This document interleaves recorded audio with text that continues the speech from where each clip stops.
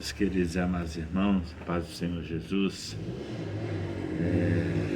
estamos alegres por poder retornar a esse canal e saudá-los com a paz, né?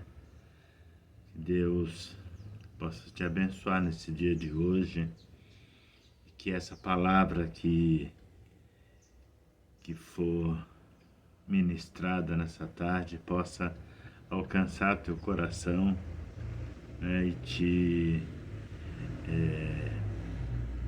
trazer muitas bênçãos, né, da parte de Deus e a do seu Filho, nosso Senhor Jesus Cristo. Você que ainda não é inscrito, se inscreva no nosso canal, deixa aí o seu like, né? Compartilha esse vídeo, né? Com mais pessoas, né? E deixa aí também seus comentários, né? Que todo esse procedimento aí ajudará esse vídeo a expandir mais, né? E a palavra de Deus principalmente venha se expandir e alcançar mais vidas em nome de Jesus. Eu quero meditar numa palavra aqui, que é uma palavra de alerta, né? Nós vamos falar um pouco sobre a vinda de Jesus, a volta de Jesus, e nós esperamos que a mensagem possa ser bem clara, né, para alcançar a todos, em nome de Jesus. A palavra que fica no Evangelho de Mateus, e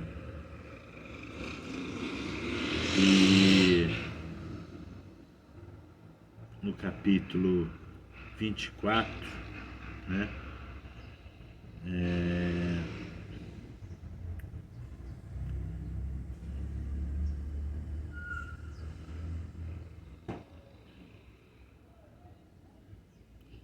Capítulo 24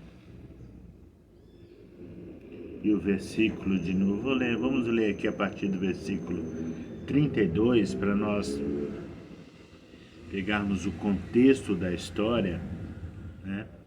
E eu quero até deixar uma dica aí: toda vez que você for ler ou for falar da palavra de Deus, né, sempre leia o contexto da história para você entender do que está falando aquele assunto, né?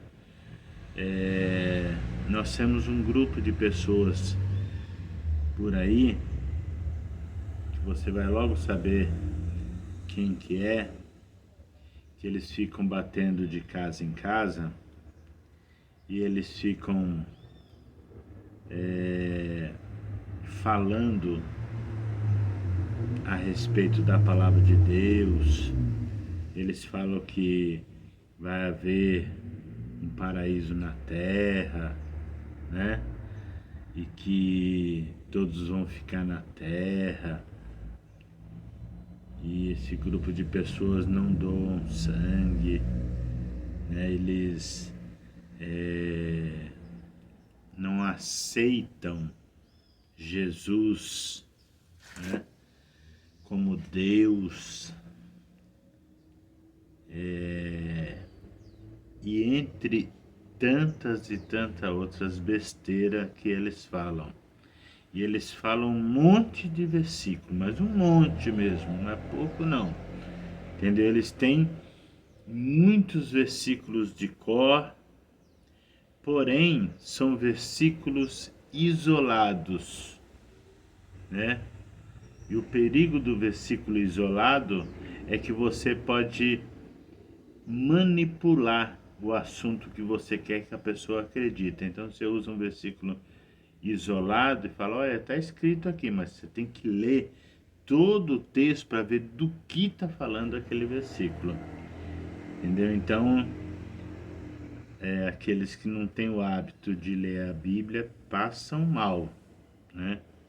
Na mão desse pessoal, entendeu? Mas passa mal mesmo, né? Tem uns que correm, que se escondem, que quando vai conversar com eles não tem argumento, não tem, passam vergonha, não, um horror, um horror, né? É um horror, é uma tristeza, né? Então aí eu aconselho, né? Melhor do que você passar vergonha não tendo argumento, é melhor se esconder mesmo, aí eu concordo, né? Então, para você não se esconder e nem passar vergonha, leia a Bíblia, tá? Ela tem resposta para tudo. Porém, leia de maneira certa, leia o texto completo para você entender a história, para quem que foi escrito e de que assunto está se falando, para você não se perder no caminho, tá? Então fica aí essa dica aí, que vai muito te ajudar nessas horas aí difíceis, tá bom? Vamos lá. Capítulo 32, nós vamos ler o contexto, tá? Capítulo 24, versículo 32, melhor dizendo, tá? Capítulo 24, versículo 32, que diz assim, ó. Aprendei, Jesus está falando, aprendei, pois, a parábola da figueira, aprendei, pois, a palavra da figueira. Quando já os seus ramos se renovam e as folhas brotam, sabeis que está próximo o verão. Assim também vós, quando virdes todas essas coisas, sabei que está próximo às portas, que está próximo às portas, tá?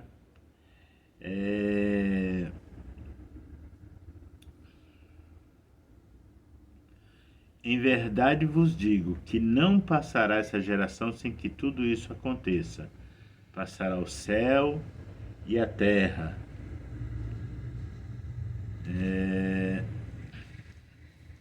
Mas a minha palavra, as minhas palavras não passarão. Mas a respeito daquele dia e hora, ninguém sabe, nem os anjos dos céus, nem o Filho, senão o Pai. Pois assim como foi nos dias de Noé, também será a vinda do Filho do Homem.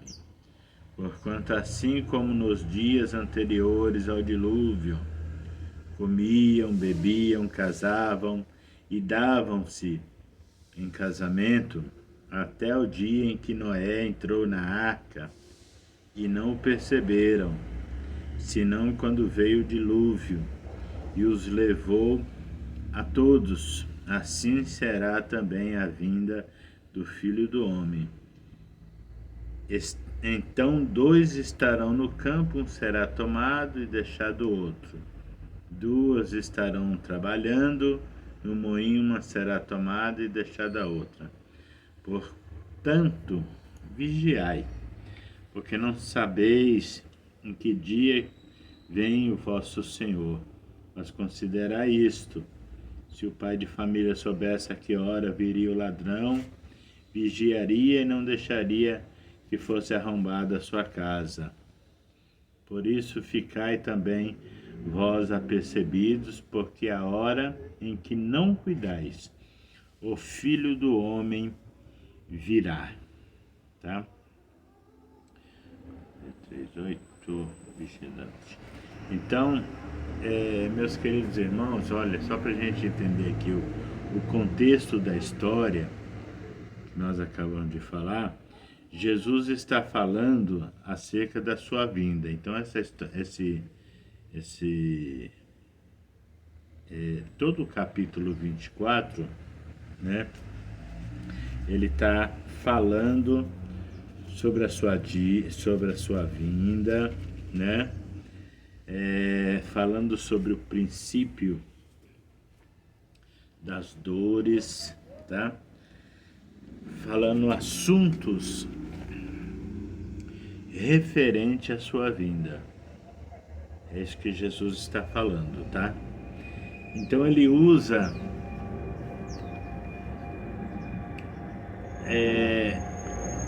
a parábola da figueira. Figueira, ela é símbolo de Israel, tá?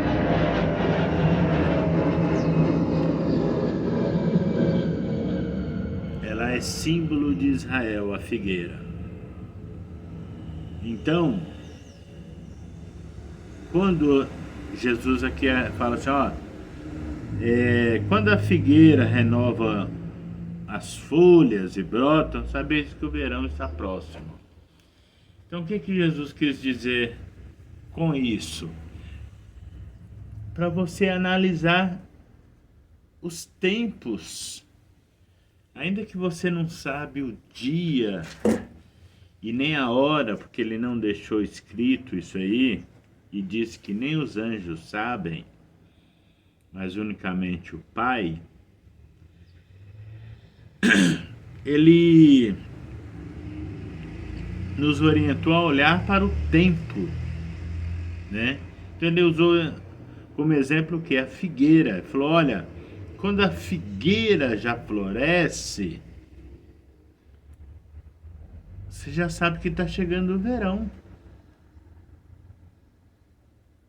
Então você tem que analisar o que está acontecendo no mundo. E quando nós começamos a olhar o que está acontecendo, nós vemos que a vinda dele está muito, mas muito, muito próxima, né? E ainda no assunto da figueira como símbolo de Israel, né? Israel, ele voltou a ser nação novamente em 1948, porque Israel estava esparramado pelo mundo afora, né? Foi da guerra que Hitler matou cerca de 6 milhões de judeus, ele queria exterminar com os judeus, né? Então Israel perdeu a sua pátria, né? Os judeus perderam a sua pátria e foram esparramados pelo mundo. Então ele voltou a ser uma pátria novamente, um estado novamente, em 1948. Por isso que Jesus falou, olhai para a figueira. Então quando Jesus estava falando da figueira, ele não estava falando somente da figueira, árvore apenas, mas ele estava falando acerca da nação de Israel. Olhai para Israel. O relógio de Deus, ele aponta para Israel. Você tem que olhar os acontecimentos de Israel e assim você vai ter ideia em que estágio nós estamos vivendo nessa vida em referência à volta de Cristo. Então muitos estão perdidinhos, né? Estão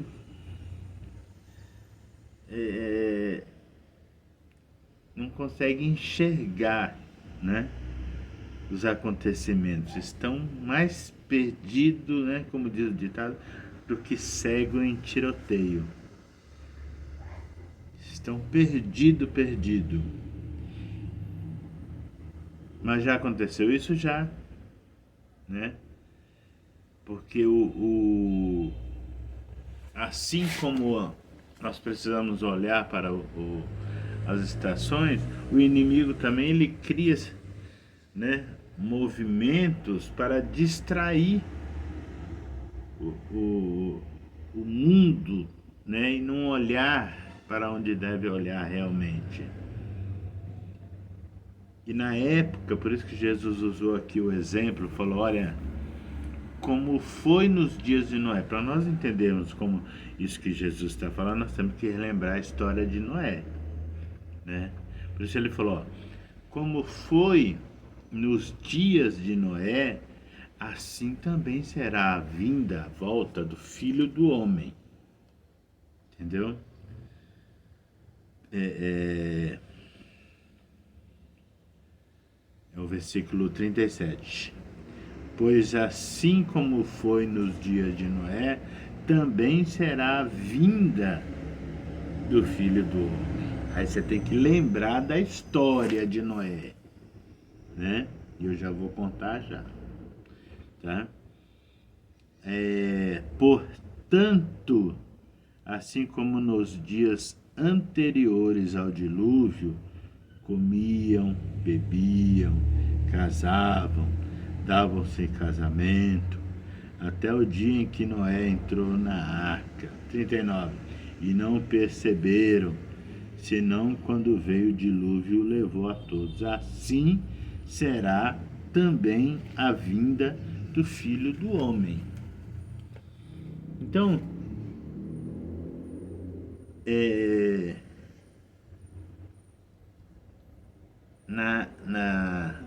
na época de Noé, olha que coisa, né, irmãos? Jesus falou, ó, como foi nos dias de Noé, também será a vinda do Filho do Homem. Por quê? Porque comiam, bebiam, casavam, davam em casamento. Então as pessoas estavam tão preocupadas com esse mundo, né? Comiam, bebiam. Quando fala comiam, bebiam, fala de festas. Só festa, festa, festa. Festa, né? E então, só para nós entendermos a história, né? O mundo, só para entender rapidamente essa história de Noé. O mundo estava vivendo um caos, a maldade, o negócio estava feio, igual hoje. Igual hoje, não é assim que você está vendo aí o mundo? Você liga repórter, meu Deus do céu, assalto, é moto, roubando celular, matando, mãe matando filho, filho matando mãe, guerras, rumores de guerras, pestilências, doenças incuráveis. Nunca se ouviu tanto falar em câncer como nos dias de hoje. Nós ouvimos muito falar sobre câncer. E olha que nós estamos vivendo uma época em que a tecnologia está avançada, né? A medicina está avançada, a ciência. E nunca se ouviu falar tanto como nos dias de hoje. Então, a maldade estava na época de Noé mais ou menos igual. Entendeu? Mais ou menos igual. Deus falou, eu vou destruir o mundo. Vou destruir o mundo. E como? Eu vou destruir o mundo com um grande dilúvio. O dilúvio é uma... não pode nem se chamar de chuva, né? Porque a Bíblia fala que ele abriu as comportas do céu, né? Então pensa numa cachoeira e a água descendo a milhão. Mais ou menos isso. Então, mas antes disso, porque a misericórdia de Deus, sempre houve misericórdia, desde que se iniciou, né? A misericórdia sempre esteve no coração de Deus, desde que iniciou a humanidade, o homem. Então, sempre teve. Aí Deus falou, mas eu vou dar uma oportunidade para o homem. Né? E a Bíblia fala que Deus achou graça em um homem chamado Noé. E esse Noé, ele então, por sua vez, ele andava com Deus. Ele obedecia a Deus, servia a Deus. E Deus falou para Noé, Noé, você vai construir uma arca, entendeu? Porque eu vou derramar muita água sobre a terra. E Noé começou a construir a arca. Quanto tempo foi, irmão? 120 anos. Nossa, 120 anos, porque naquela época o povo vivia muito, né? Então foram 120 anos construindo a arca. E lógico, nessa construção da arca, ao mesmo tempo que Noé estava construindo a arca, ele estava pregando, mesmo que fosse sem palavras, porque alguém poderia falar, mas Noé está fazendo o quê? Não é que ele estava subindo no púlpito e falar, olha, não. Ele estava trabalhando e pregando. Isso nos traz uma grande lição aqui, irmãos, que você pode estar fazendo seus afazeres e com a sua vida você pode estar pregando a alguém. E foi o que o Noé estava fazendo, pregando. Alguém poderia até perguntar para ele, Noé, tá fazendo o que, Noé? Tô fazendo uma arca. Mas para que arca? Porque vai cair muita chuva. Noé tá ficando louco. Agora, por que era difícil acreditar nisso? Porque na época não tinha chuva. A Bíblia diz que caía um orvalho sobre a face da terra que regava as relvas, né? E mantinha a natureza verde. Então ninguém ouviu falar de chuva, muito menos em dilúvio. Então era difícil alguém acreditar nisso. É por isso que hoje, se alguém fala assim, olha, o mundo, como diz a palavra de Deus, que o mundo lá em Pedro, que diz que o mundo está reservado como tesouro para o fogo, né? Porque Deus não vai mais destruir a terra com água. E ele fez uma promessa, eu vou falar disso já já. Mas Deus vai destruir com fogo. Voltando para Noé.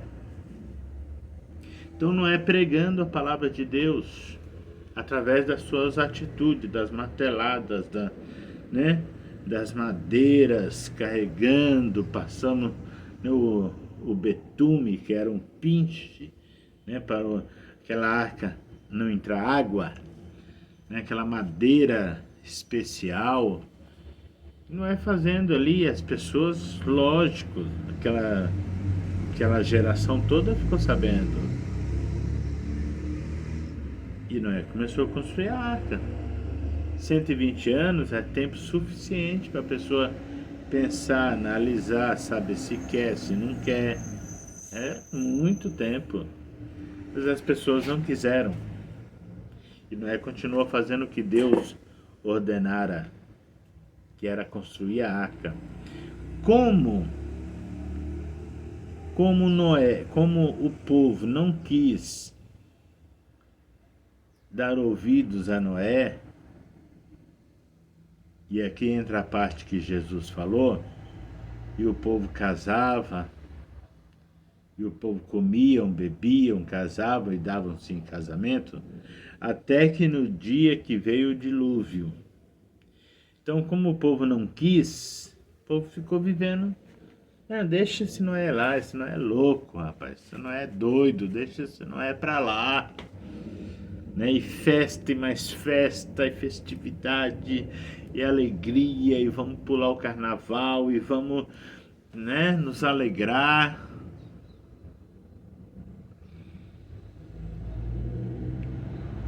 Aí veio o dilúvio, porque a palavra de Deus não mente. Veio o dilúvio. E aí eles perceberam, Noé, mas aí já era tarde, porque no lugar do povo já havia entrado os animais, entendeu? No lugar do povo, Deus salvou os animais, cada espécie, né? Então, acabou. Acabou o povo, acabou o mundo da época, e todos morreram, todos sucumbiram, todos se afogaram, todos. Somente Noé e a sua família, né? Total de 8 almas se salvaram naquele dia. E aí entra uma promessa de Deus, porque Deus não tem prazer na destruição do homem, do ímpio. A Bíblia diz que Deus não tem prazer na morte do ímpio, mas quer salvar a vida dele, quer salvar a sua alma. Então, Deus fez um pacto novamente com o homem, dizendo: olha, eu não destruirei mais a terra com água. E qual foi o sinal do pacto? O arco celeste, que o pessoal chama de arco-íris, mas é arco celeste, de várias cores aí, né? Que o mundo, né, pecaminoso, o mundo cheio de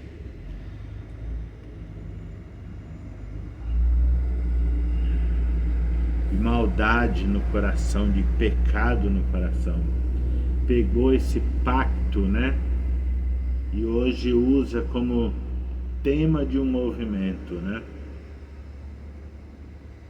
Tema de um movimento.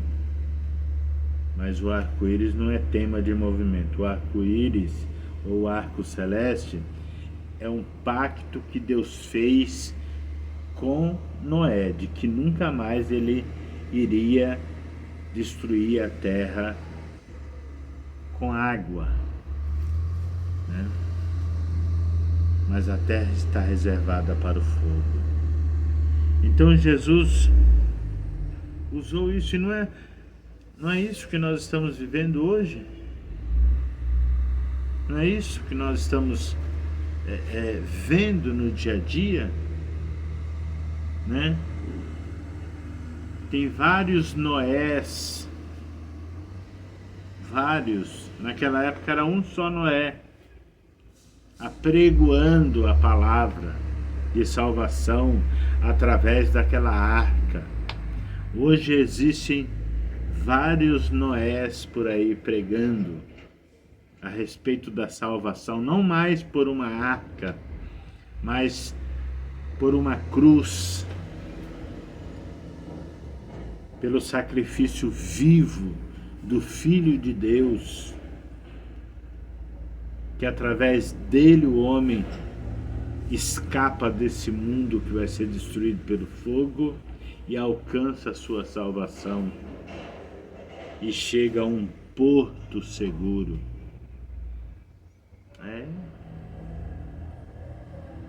E as pessoas estão pregando na praça, nas vielas, nos valedos, tudo que é canto da terra, está aí pregando. Mas as pessoas estão escarnecendo, outros estão desanimados, outros querem viver em festa, outros querem viverem de qualquer maneira.